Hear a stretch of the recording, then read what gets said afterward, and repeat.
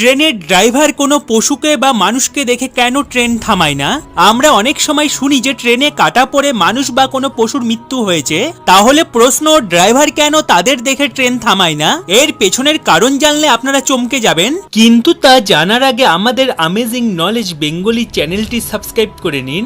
আর আমাদের amazing knowledge Bengali চ্যানেলের video, audio অন্য অনেক নকল চ্যানেলে ব্যবহার করা হয়, তাই আপনারা আমাদের আসল চ্যানেলটি সাবস্ক্রাইব করে পাশে থাকবেন। ট্রেনের ড্রাইভার যদি সামনে কোনো পশু বা মানুষকে দেখে আর সেই সময় যদি ট্রেনের স্পিড কম থাকে, তাহলে ট্রেনের ব্রেক লাগিয়ে তাদের বাঁচিয়ে নেয়। কিন্তু যদি ট্রেনের স্পিড অনেক থাকে আর তখন ইমার্জেন্সি ব্রেক লাগিয়ে কোনো লাভ হবে না, কারণ 100 কিলোমিটার প্রতি ঘন্টা চলা ট্রেনটি যদি ইমার্জেন্সি ব্রেক চাপে, তবুও ট্রেন 800 থেকে 900 মিটার যাওয়ার পরেই পুরোপুরিভাবে থামবে, কিন্তু এতক্ষণে অনেক দেরি হয়ে যাবে। এই ছাড়া ইমার্জেন্সি ব্রেক চাপার কারণে ট্রেনে সফর করা সব যাত্রীদের অনেক বড় ঝটকা লাগবে। এই ছাড়া ট্রেনের দরজার কাছে যারা দাঁড়িয়ে থাকে তারা বাইরে ছিটকে যাওয়ার ভয় থাকে। আর ট্রেনের একটি বড়